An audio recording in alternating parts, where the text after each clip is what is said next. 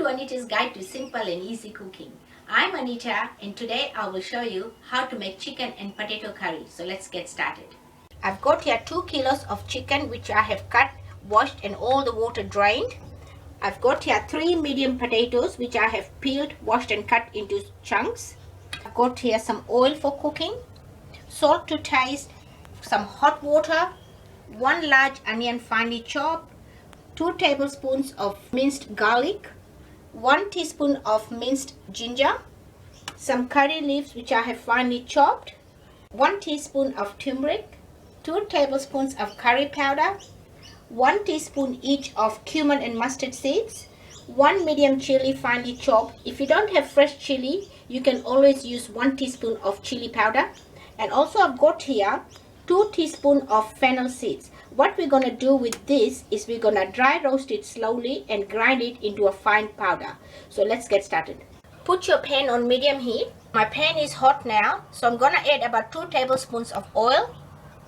I'm just going to heat it up for 30 seconds. My oil is hot now, so I'm going to add my onion, curry leaves and my cumin and mustard seeds. Give it a mix and put a lid on and cook it for 2 minutes until it's translucent.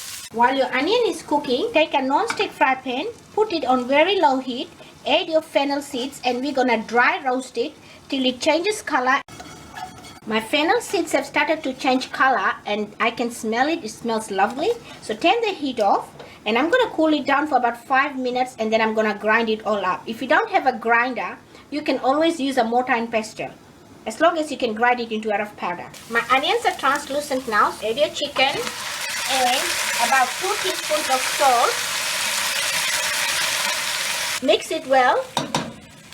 Put a lid on and cook it for about 15 minutes. And make sure you stir it about once or twice during cooking. My roasted fennel seeds have been cooling down for 5 minutes. Today I'm just going to use my mortar and pestle and just grind it up into a rough powder. I've finished grinding up my fennel seeds into a nice fine powder. So this is ready to go in the curry, but you add that towards the end. So we'll put this aside and let's go and see our chicken.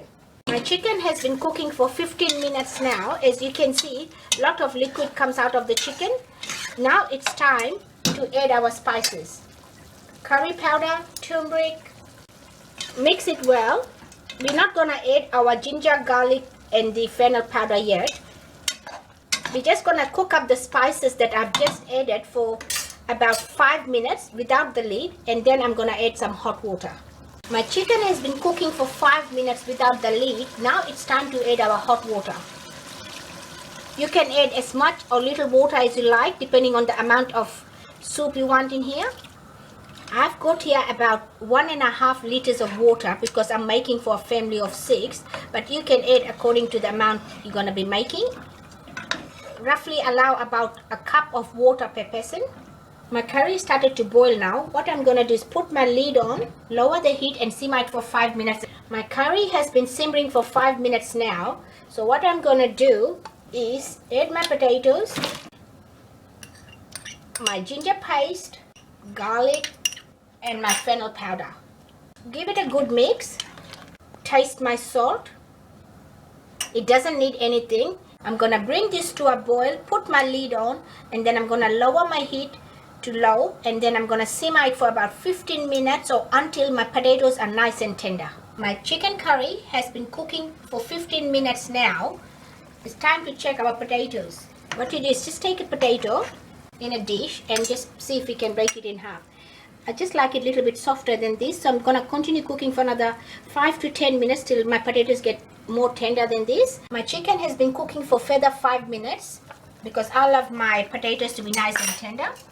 And if you have a look, it should just fall apart. So that's ready. What I'm going to do now is taste my salt again for the final time. It doesn't need any salt. What I'm going to do is turn my heat off and I'm going to garnish it with some coriander leaves. I'm using frozen coriander leaves today. If you want, you can use fresh ones. If you want to know how to freeze coriander leaves, I'll put a link below. Let me dish it out and show you. My chicken and potato curry is ready and today I will be serving it with rice. If you want, you can also have it with rotis and puris. And if you want to know how to make rotis and puris, I'll put a link below. Thank you for watching my channel. If you like this recipe, please give it a big thumbs up. For more of my simple and easy recipes, please subscribe to my channel.